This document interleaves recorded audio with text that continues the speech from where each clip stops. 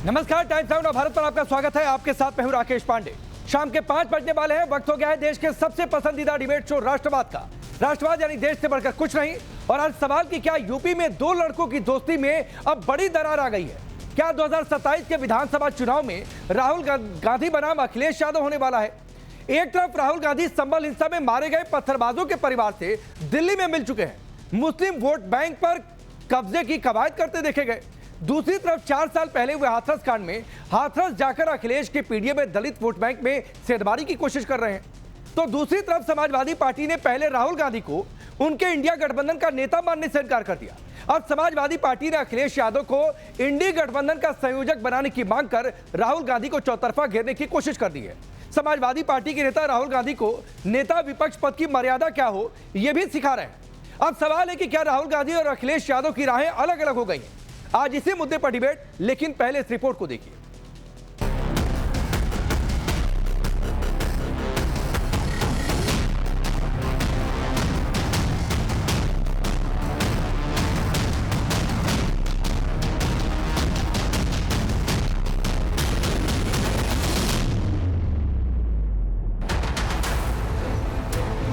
UP में दो लड़कों की दोस्ती क्या अब दुश्मनी में बदल गई है? क्या अखिलेश और राहुल गांधी की राहें अब अलग हो गई हैं? क्या 2027 में राहुल गांधी और अखिलेश यादव एक साथ नहीं बल्कि एक दूसरे के खिलाफ चुनावी मैदान में होंगे? हाल के चुनावी नतीजे, संभल और अडानी के मुद्दे से शुरू हुई तकरार अब धीरे धीरे खटास में बदलने लगी। एक तरफ राहुल गांधी संभल और हाथरस का मुद्दा उठाकर सीधे सीधे अखिलेश के पीडीए में सेधबारी कर रहे हैं। पहले संभल हिंसा में मारे गए पत्थरबाजों के परिवार वालों से दिल्ली में मुलाकात कर राहुल गांधी ने मुस्लिम वोट को साधने की कोशिश की। और अब अचानक 4 साल पहले हुए हाथरस कांड में पीड़ित दलित लड़की के परिवार वालों से मिलकर राहुल गांधी ने अखिलेश के पीडीए के डी यानी दलित वोट बैंक में भी सेधबारी शुरू कर दी।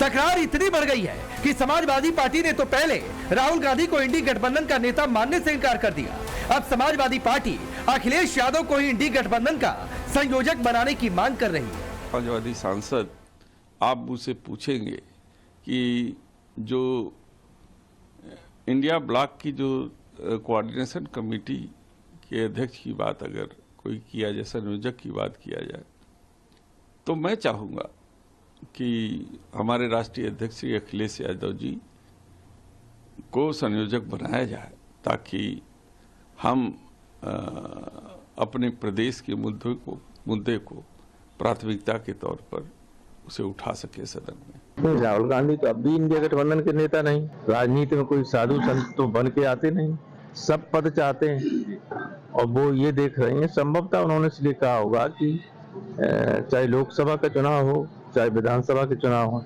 कांग्रेस ने कहीं अच्छा परफॉर्म कर नहीं पाया। कहीं अगर लोकसभा के चुनाव में इनकी सरकार है, हिमाचल प्रदेश में 4 की 4 सीटें हार गई।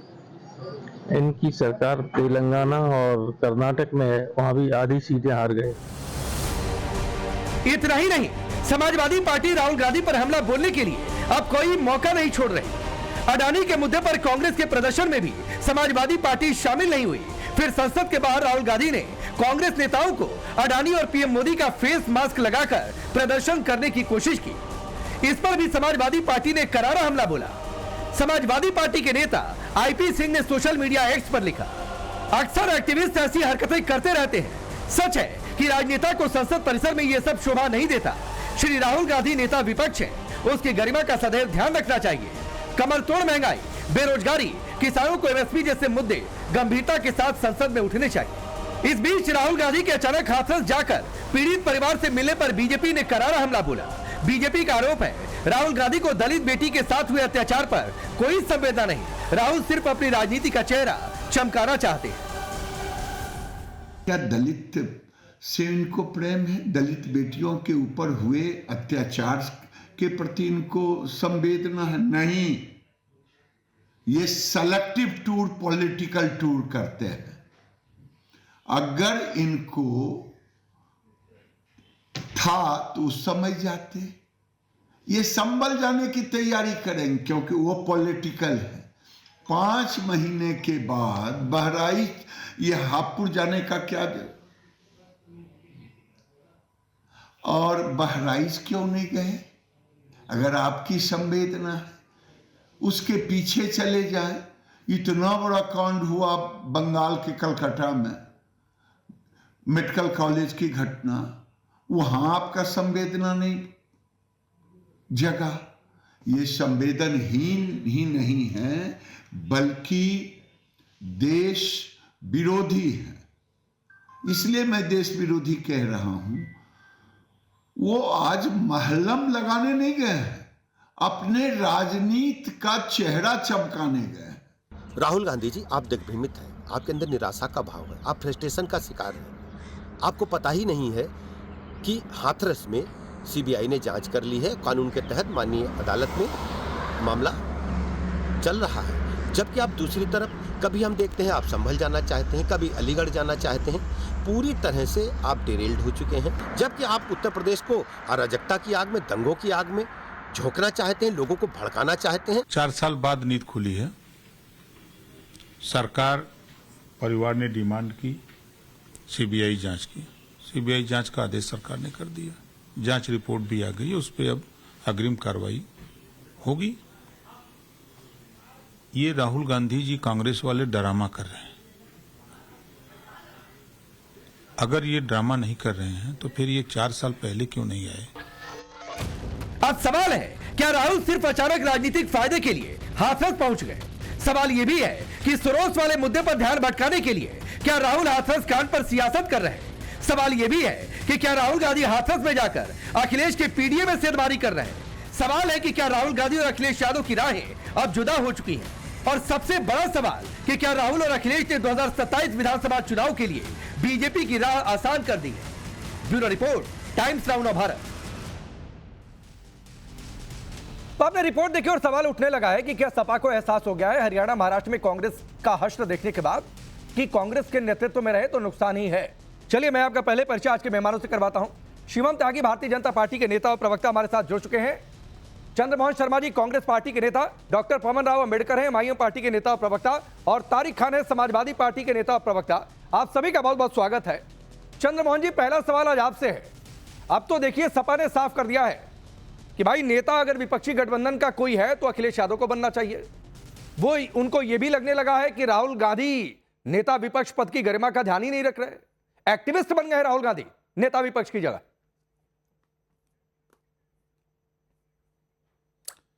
देखिए, जब देश के नेता राहुल गांधी को अगर हाथरस पुकारेगा तो राहुल जी हाथरस भी जाएंगे, अगर मणिपुर पुकारेगा तो मणिपुर भी जाएंगे, और उन्नाव पुकारेगा तो उन्नाव भी जाएंगे, अलीगढ़ पुकारेगा तो अलीगढ़ भी पुकारेंगे, वहां भी जाएंगे। क्योंकि यही देश का जननायक है जिसने अपनी देश के अंदर पैदल चल के अपने जनमानस की बातों को सुना और समझा है, और वो बड़ा अनुभव करते हैं इस बात को कि मेरे को अगर कोई व्यक्ति लेटर लिखता और पत्र लिख के मुझे बुलाता है तो मैं उससे मन की बात नहीं करता हूं, मैं उससे मन की बात सुनता हूं।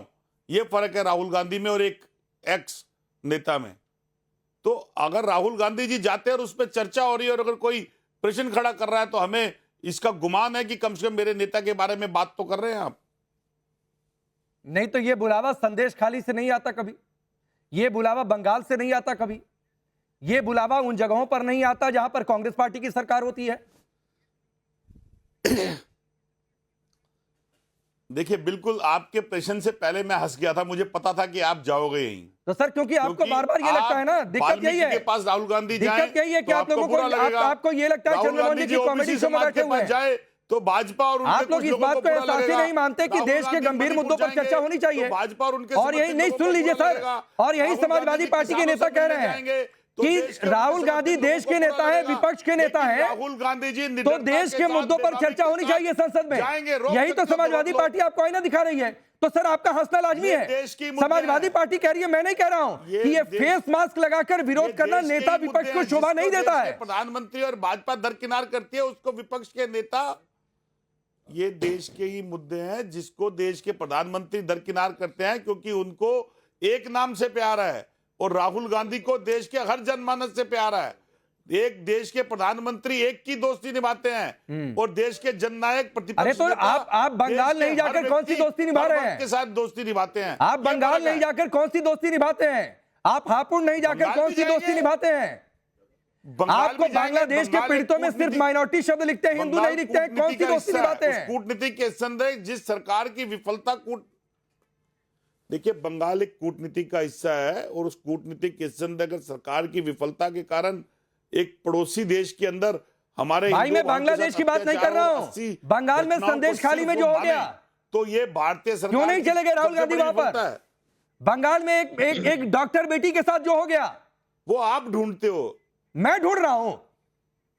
देखो क्या है ना सर, एक ना चीजें आपको ढूंढने मजबूरी है आपकी। हाँ। अगर आप ढूंढोगे नहीं तो हम नहीं तो आप- आपसे बात कैसे करोगे? अरे तो ढूंढने का मौका फिर तो लोग देते क्यों कहने हैं आप? लगेंगे आप प्रो कांग्रेस नहीं, मौका छोड़ते क्यों हैं मजबूरी आप? है आपकी, तो आपकी मजबूरी है ना। अगर आपको प्रो कांग्रेस नहीं मेरी मजबूरी है ना। तो चलिए जरा तारिक खान को लाइए।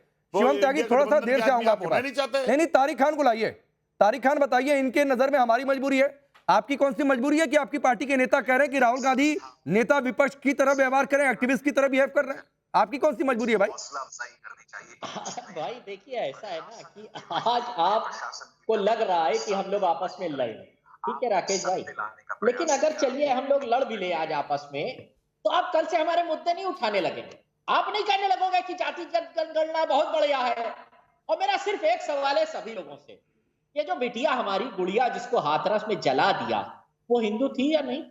हिंदू नहीं थी ना। वो हिंदू हिंदू एक हो जाओ हिंदू, वो हिंदू नहीं थी। हिंदू थी या नहीं थी बताओ? उसको रीति रिवाज नहीं करने दिया, हिंदू रीति रिवाज से उसका अंतिम संस्कार नहीं करने दिया।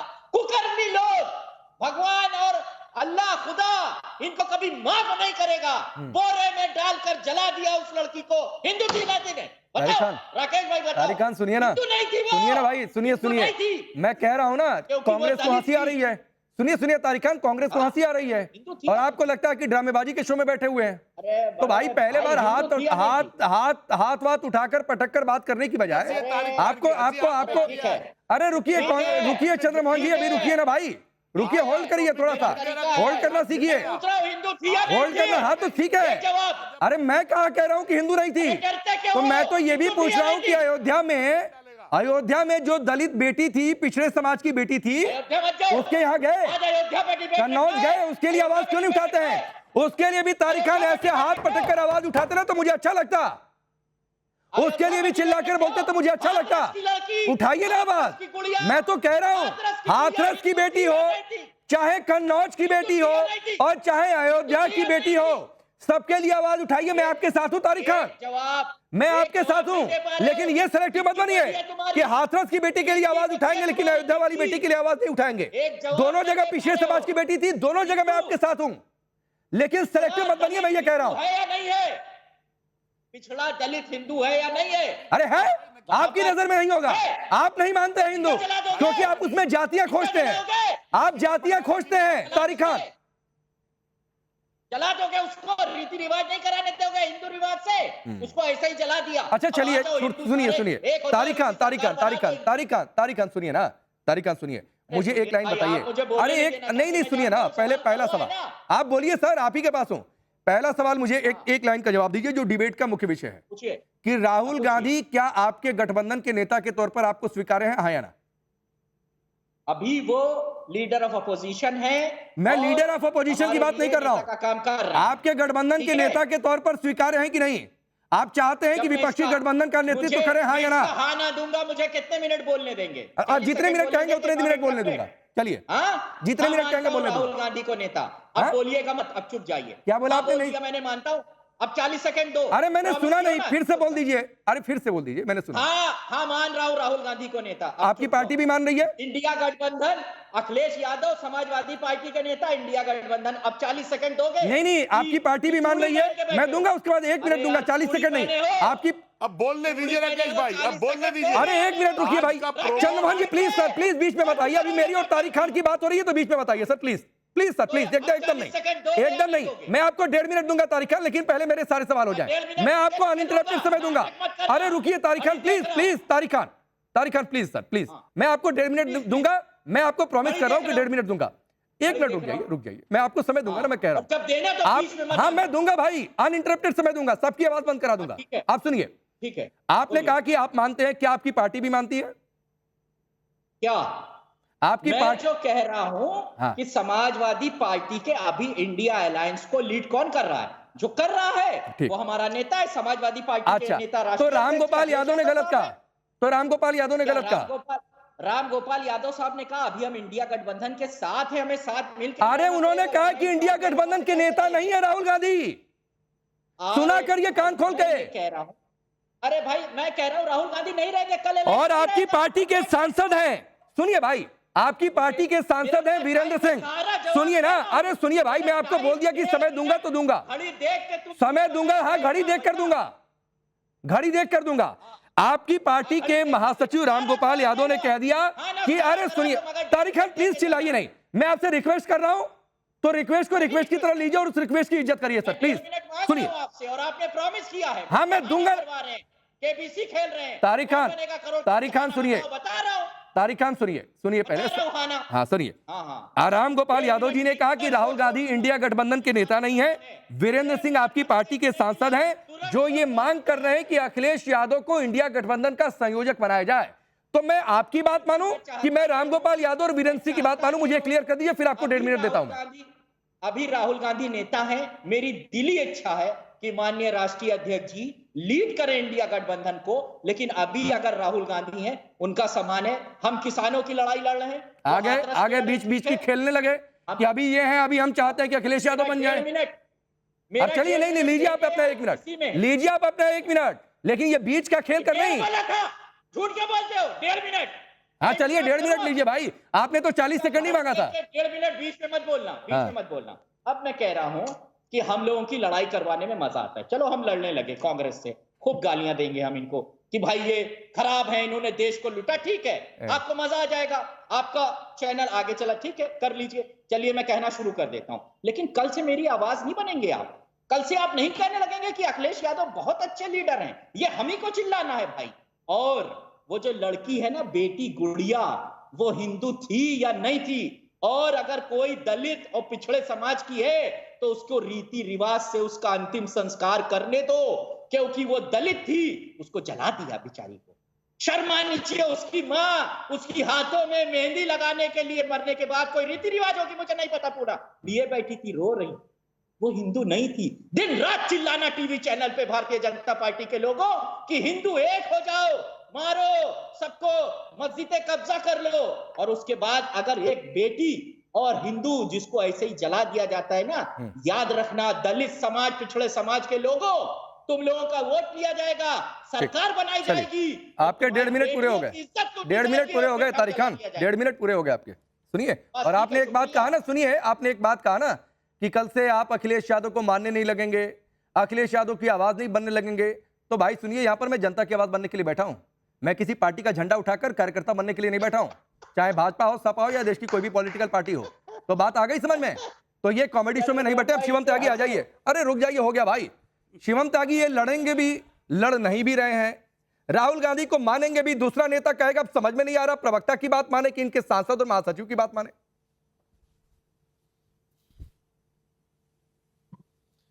नहीं तो तारिक खान कौन है? रामगोपाल यादव के सामने तारिक खान की हैसियत क्या है? तो तारिक खान अगर जो बात को कहते हैं उसको आप क्रेडिबिलिटी वैसे ही नहीं दे सकते। रामगोपाल यादव का ऑफिशियल स्टेटमेंट है कि इंडिया अलायंस का जो अध्यक्षता है, इंडिया अलायंस का जो जिम्मा है वो अखिलेश यादव के पास जाना चाहिए। उससे पहले कल्याण बनर्जी कह रहे थे कि ममता बनर्जी के पास जाना चाहिए। उससे पहले इस तरह की चीजें लगातार चली रही है। राहुल गांधी को कौन नेता मान रहा है, कौन भी नहीं मान रहा। एक बार यहाँ पर तारिक खान ने क्या कह दिया, ये तो एकदम से जो कांग्रेस के जो हमारे मित्र हैं वो तो एकदम फूले नहीं समा रहे थे, कह रहे थे बोलने दीजिए बोलने दीजिए बोलने दीजिए। अरे भाई एक चीज आप मुझे बताइए, इनके नेता को कोई नेता मानता नहीं है, हर किसी को कुर्सी की पड़ी है, इंडिया अलायंस में आना चाहते हैं। ये आपस की लड़ाई है, इसमें मीडिया क्या करे और भाजपा क्या करे आपकी। ये तो जो बेमेल गठबंधन था इसके साथ ऐसा होना ही था। ये सिचुएशन तो चुनाव से पहले अगर आपको टेम्पररी अरेंजमेंट्स करके आपको लगता है कि इस देश के लोगों को मूर्ख बना सकते हैं तो नहीं बना सकते। काट की हांडी थी, कितनी बार चढ़नी थी। 2024 में इनको लगा कि कुछ बेहतर हो सकता है, उसके बाद हरियाणा ने जवाब दे दिया, अब महाराष्ट्र ने जवाब दे दिया, तो आपस में फूट पड़ गई है। हर किसी को जो है यहां पर इंडिया अलायंस का नेता बनना है। मेरी सबको शुभकामनाएं, लेकिन इतना तय है कि इतना भी जल्दी नहीं बिखरना था, कम से कम कुछ चुनाव तो और हार लेते तो ज्यादा बेहतर रहता। रही बात जो हाथरस की बेटी है और उस पर कहा गया कांग्रेस के प्रवक्ता की तरफ से कि हाँ मेरे नेता को जहां भी बुलाएंगे वो वहां जाएंगे, जहां से भी उनको पैगाम आएगा। मेरे लिए गौरव की बात है कि आप राहुल गांधी के बारे में बात कर रहे हैं। अरे पिछले 10, 12, 15 सालों से जहां भी हंसी की बात होती है राहुल गांधी की बात बाय डिफॉल्ट होती ही है। देश के लिए अगर कुछ लाफिंग स्टॉक कोई नेता साबित हुआ है तो वह राहुल गांधी ही हुए हैं। देश को अगर इस तरह की कोई दिक्कत हुई है, इतना मतलब लाफिंग स्टॉक दिया है, तो वो राहुल गांधी नहीं दिया। उनकी चर्चा तो अक्सर होती है, परंतु राजनीति में रचनात्मक ऑपोजिशन लीडर के तौर पर अगर राहुल गांधी की पहचान होती तो बेहतर रहता। 4 साल के पुराने केस में आपको पैगाम आ गया, संदेश खाली से पैगाम नहीं आया आपको। आरजीकर कॉलेज में जो एक बच्ची के साथ हुआ, जिसमें पूरे बंगाल में जो है एक आग उठी और पूरे देश में जिसके बारे में बात की, वहां से पैगाम नहीं आया राहुल गांधी को। क्या उधर कान बंद हो गए थे या फिर क्या फोन नहीं चल रहा था? वहां से कभी पैगाम नहीं आते आपको। मोहिद खान बलात्कारी, वहां से पैगाम नहीं आया इन समाजवादी पार्टी वालों को और ये आम आदमी, ये कांग्रेस वालों को।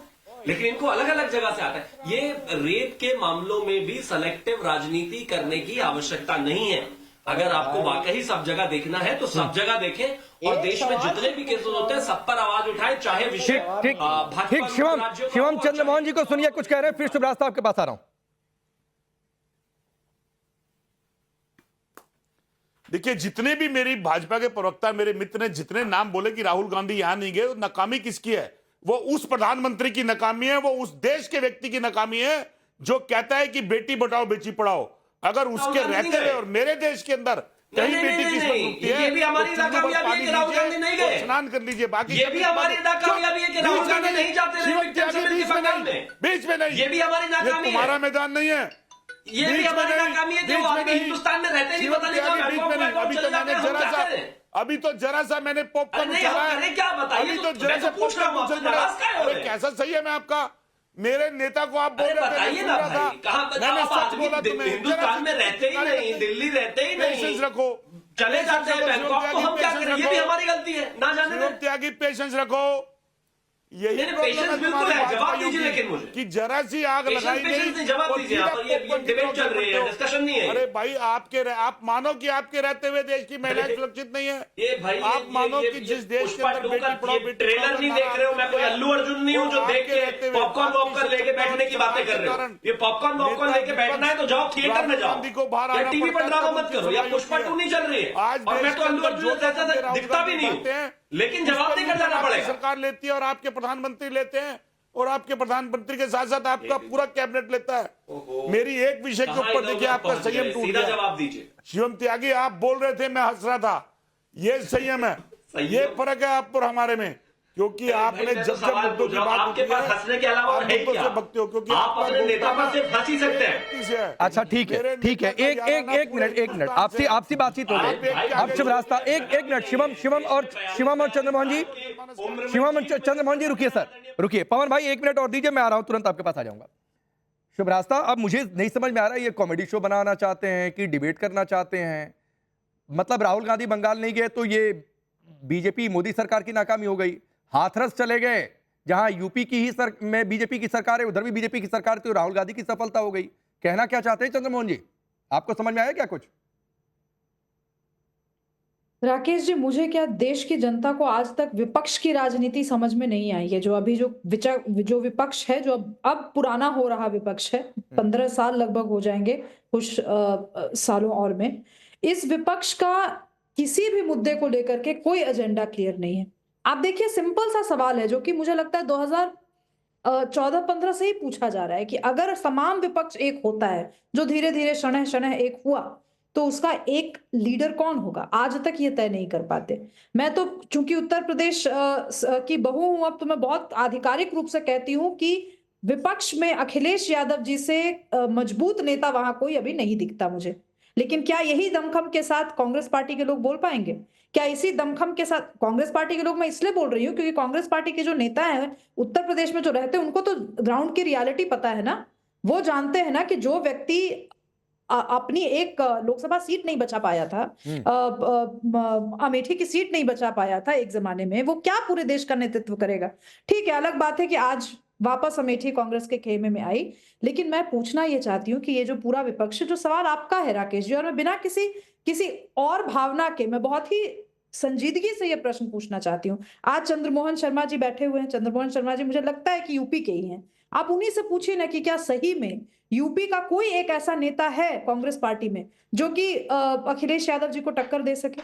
ये बात हम समाजवादी पार्टी से बाद में पूछेंगे कि वो राहुल की लीडरशिप से कंफर्टेबल है या नहीं। पहले हम तो ये जान लें कि क्या कांग्रेस पार्टी के जो नेता हैं, क्या वो समाजवादी पार्टी के लीडरशिप से कंफर्टेबल है ग्राउंड पे, क्योंकि फिर बहुत सारे इश्यूज आएंगे। मैंने समाजवादी पार्टी से ये सवाल नहीं पूछा है, मैंने ये सवाल अभी कांग्रेस पार्टी से पूछा है।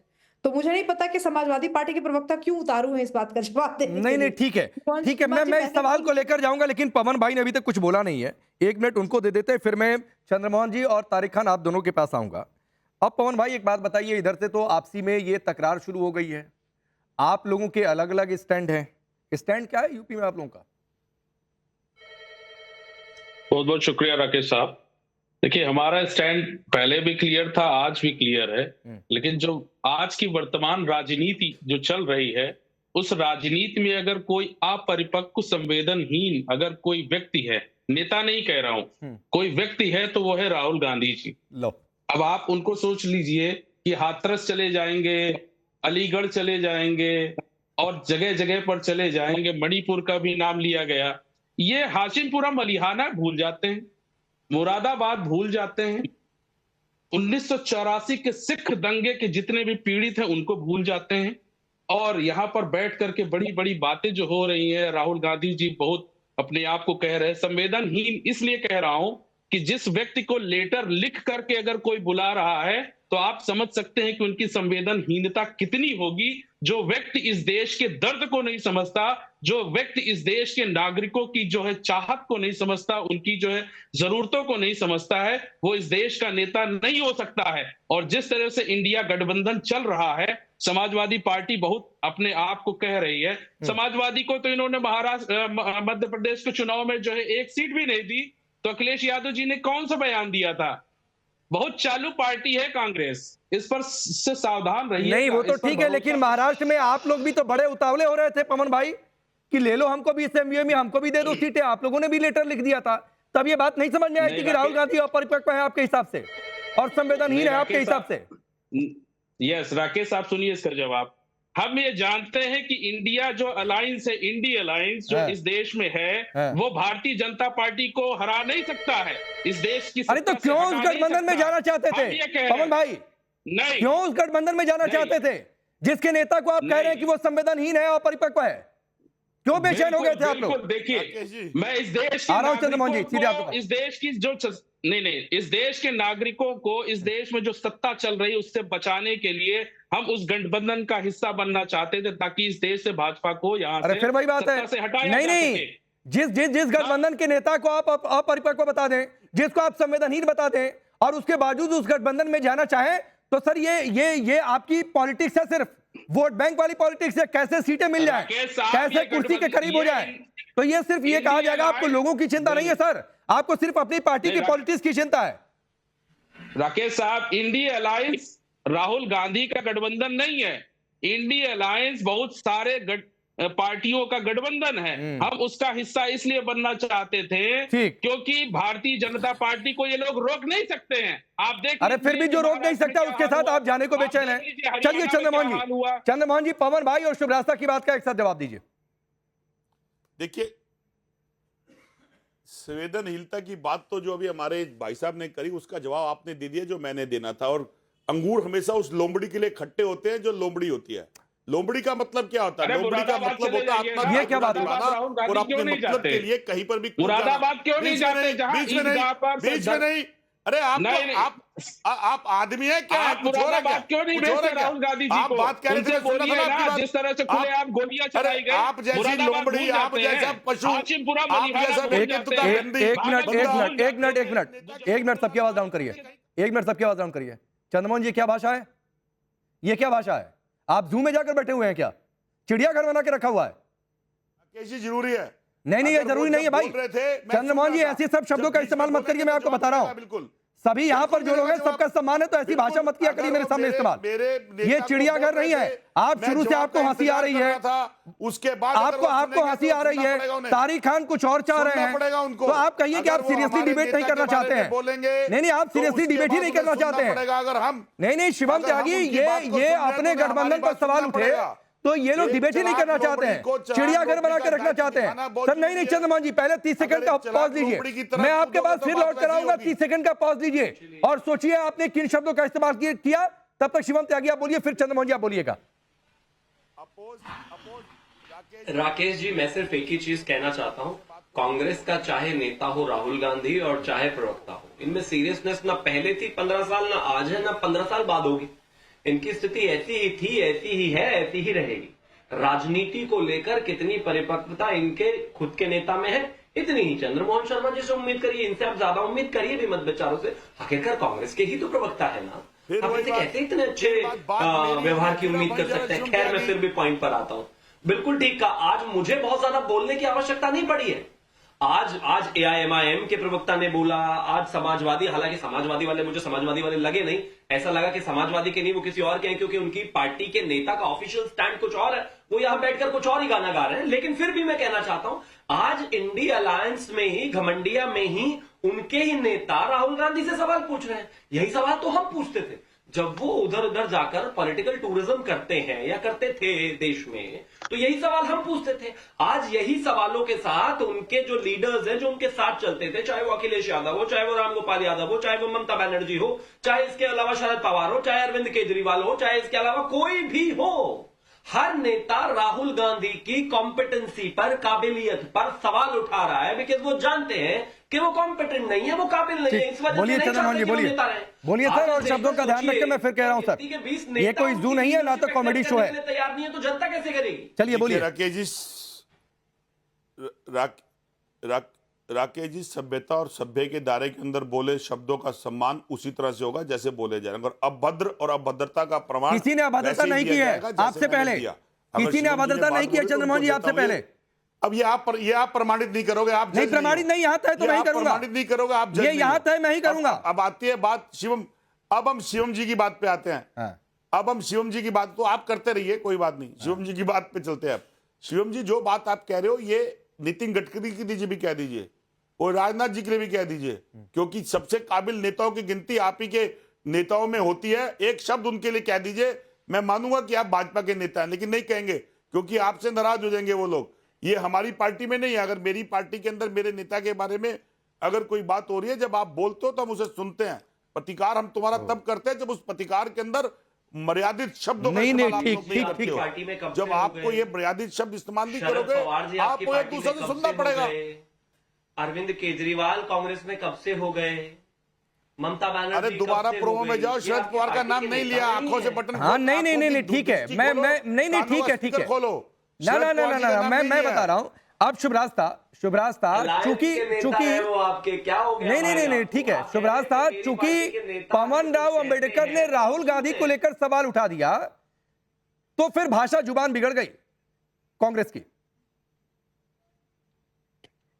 राकेश जी, अभी अगर मैं थोड़ा सा तल्ख होकर के हल्का सा कुछ ऐसा इंडिकेशन दूं जहां पे मैं समाजवादी पार्टी को भी वैसे ही लपेटूं जैसा मैंने अभी कांग्रेस को लपेटा है, तो ये सामूहिक रूप से आप देखिएगा कि मेरे ऊपर अभी टूट पड़ेंगे मेरी शिकायत करने के लिए। तो ये चरित्र है आज के विपक्ष का। आप इनसे किसी मुद्दे पर बात नहीं कर सकते। अगर आप चाहते हैं कि आप इनसे संजीदा बहस कर सके, ये नहीं है, उसके ये विपक्ष उसके लिए अक्षम है। मैं किसी एक पार्टी को जिम्मेवार नहीं बोल रही हूं इसके लिए। ये मुद्दे पे बात नहीं कर सकते। ये AIMIM पे सवाल उठा देंगे, ये उनकी मंशा पे सवाल उठा देंगे, लेकिन इनकी अपनी मंशा क्या है, इनकी अपनी पॉलिटिक्स क्या है, इनका अपना गेम प्लान क्या है, इस पे ये बात नहीं कर सकते। और मैं विपक्ष के प्रति थोड़ा आज उदार होना चाहती हूँ। मैं जानती हूं कि उनके लिए बड़ा मुश्किल है किसी इस सिचुएशन से अपने आप को निकालना, नैया पार लगाना, लेकिन मैं फिर भी कह रही हूं कि विपक्ष में बैठा कोई भी राजनेता सबसे आसान राजनीति कर सकता है। उसको ज्यादा कुछ करने की जरूरत नहीं है। उसको बस सड़क पर किसी एक मुद्दे को लेकर टिक कर बैठना है। लेकिन आप देखिए, कोई भी एक मुद्दा उठा लीजिए। आज मैं किसानों का अगर मुद्दा उठाऊं, बड़ा सेक्युलर मुद्दा है, हिंदू किसान भी है, मुस्लिम किसान भी है। पूछे ना विपक्ष के पास गेम प्लान क्या है। गेम प्लान के नाम पे आपको कहेंगे कर्ज माफी, पूछिए इनसे फिर दोबारा प्रति प्रश्न तो पूछेंगे कि जहां जहां आपकी सरकारें आई, क्या आपने सिरे से सारे कर्ज माफ कर दिए? और क्या वो इकोनॉमिकली सस्टेनेबल मॉडल है? चलिए, अगर आपको नहीं करना है सेक्युलर डेवलपमेंट के विषयों पर कोई भी बात, तो मैं आपसे एक थोड़ा कम्युनल होकर के, थोड़ा सेक्युलरिज्म के अंतर्गत होकर के आपसे एक बात पूछ लेती हूँ। आपका मथुरा पे क्या कहना है? विपक्ष का मथुरा पे क्या कहना है? वहां मंदिर बनना चाहिए या नहीं बनना चाहिए? संभल को लेकर के इनकी राजनीति तो स्पष्ट हो गई है कि वो हिंदुओं के साथ खड़े नहीं है। मथुरा पे ही कह दें,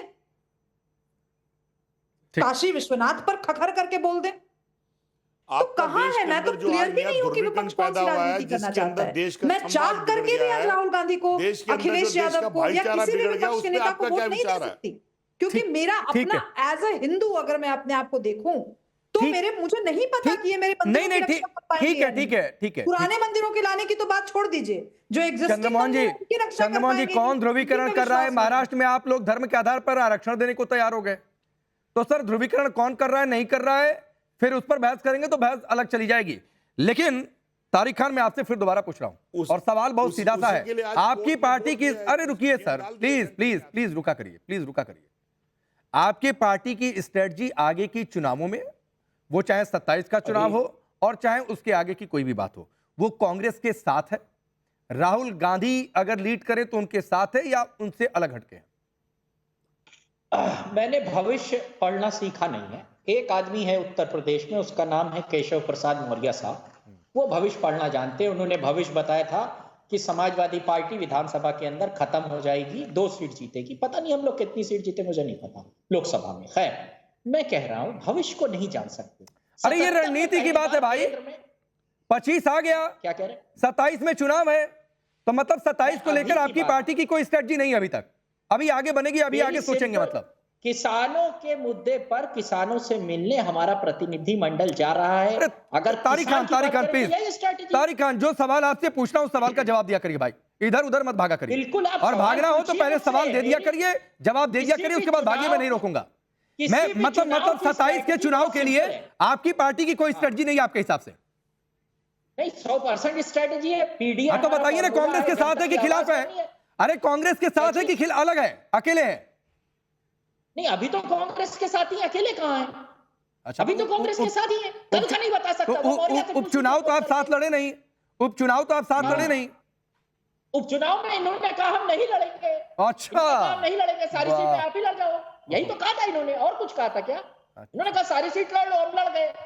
बाकी इन लोगों ने बेईमानी कर हरियाणा में एक मिनट पवन भाई, तो अखिलेश यादव ने, तो यानी अखिलेश यादव का यह कथन गलत है कि राजनीति में त्याग नाम की कोई चीज होती नहीं है, यानी कांग्रेस ने दिखावा किया, जबरदस्ती कहलवा दिया था। बिल्कुल सही है, बिल्कुल सही है। तो फिर कांग्रेस ने त्याग नहीं किया, जबरदस्ती कहलवा दिया, सरेंडर करवा दिया। उनके कथन को कैसे मैं गलत कह सकता हूं? अरे आप तो रामगोपाल यादव के कथन को गलत बता रहे हैं, आप अपनी पार्टी के सांसद के कथन को गलत बता रहे हैं। गलत बता दिया मैंने आपको। आप चाहते क्या है? यहाँ पर चाहते हैं यही डिसाइड हो जाए, गठबंधन टूट जाए, राष्ट्रीय अध्यक्ष। अरे मैं क्यों चाहूंगा भाई? शीर्ष नेतृत्व बैठेगा तब डिसाइड करेंगे। आप तोड़वाना चाहते हैं, समय दीजिए, थोड़ा सा 10 दिन का समय दे दीजिए, बता देंगे। अगर टूटेगा तब भी बताएंगे और खुल के इनका विरोध करेंगे कांग्रेस का आपके सामने। मगर आज की जो स्थिति है उसका निर्णय राष्ट्रीय। पवन भाई बोलिए, फिर मैं शिवम आ रहा हूं। पवन भाई बोलिए, सबसे कम आप ही को समय मिला है, बोलिए। राकेश साहब, हेलो, बोलिए। राकेश साहब, समाजवादी पार्टी की वक्तव्य को सुन करके बड़ी हंसी आ रही है। हरियाणा में जल बिन मछली फटक रहे थे, कोई सीट नहीं मिली। महाराष्ट्र में जल बिन मछली फटक रहे थे, कोई सीट नहीं मिली। और ये आज जो है बैठ करके जो है राहुल गांधी को अपना नेता मानते हैं। पूरा इंडिया अलायंस जो है आज ममता जी के ऊपर जो है हाथ रख रहा है और ये राहुल गांधी को नेता मान रहे हैं। अखिलेश यादव जी कहते हैं कांग्रेस बहुत चालू पार्टी है, ये कह रहे हैं कांग्रेस हमारे, राहुल गांधी हमारे नेता है। तो पहले तो ये तय कर ले कि राहुल गांधी जी आगे बढ़ेंगे या अखिलेश यादव जी बढ़ेंगे। राम गोपाल नहीं पवन भाई, वो भी सिर्फ तारिक खान कह रहे हैं बीच का रास्ता तलाश कर। अच्छा। राम गोपाल यादव जी नहीं कह रहे हैं, वीरेंद्र सिंह इनकी पार्टी के सांसद नहीं कह रहे हैं, 2 दिन पहले 3 दिन पहले इसी मुद्दे पर डिबेट थी। सुनिए तारिक खान, आपकी पार्टी के दूसरे प्रवक्ता थे, नाम नहीं ले रहा हूं, उन्होंने, सुनिए भाई, सुनिए, सुना करिए, आपकी पार्टी के दूसरे प्रवक्ता थे और उन्होंने पहली लाइन ये शुरू किया था कि कांग्रेस तो शुरू से तिरस्कार की पॉलिटिक्स करती आई है। भाई योगी आदित्यनाथ अच्छे नेता है आपकी नजर में या अखिलेश जी? दो में से एक बताइएगा ना। किससे पूछ रहे हैं?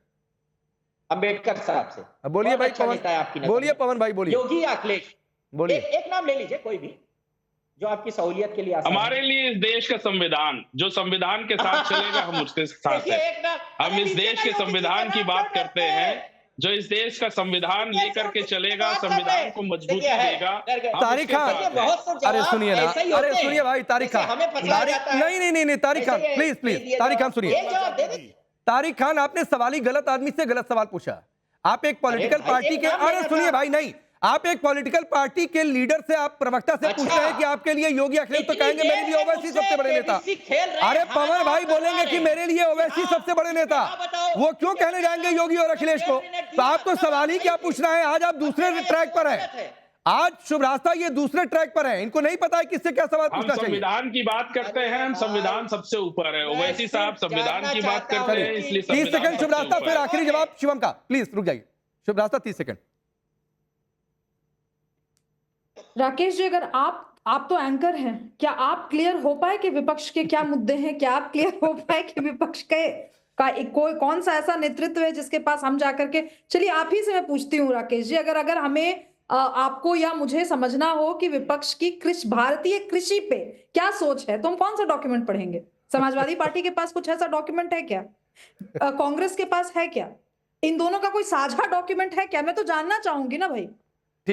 ठीक है, उत्तर प्रदेश ठीक है, वक्त इतना ही है। शिवम भाई दोबारा नहीं आ पाऊंगा, सोचा था कि आपके पास आऊंगा और आपने ही कहा था कि आज मुझे कुछ ज्यादा नहीं बोलना है, ये लोग आपस में ही कंफ्यूजन पैदा करके देश की जनता को संदेश क्या दे रहे हैं। तो सर मेरी एक फ्री की एडवाइस है, चलते चलते तारिक भाई आपको, पवन भाई आपको और खासतौर पर चंद्रमोहन भाई आपको, कि एक स्ट्रेटजी के साथ जाइए।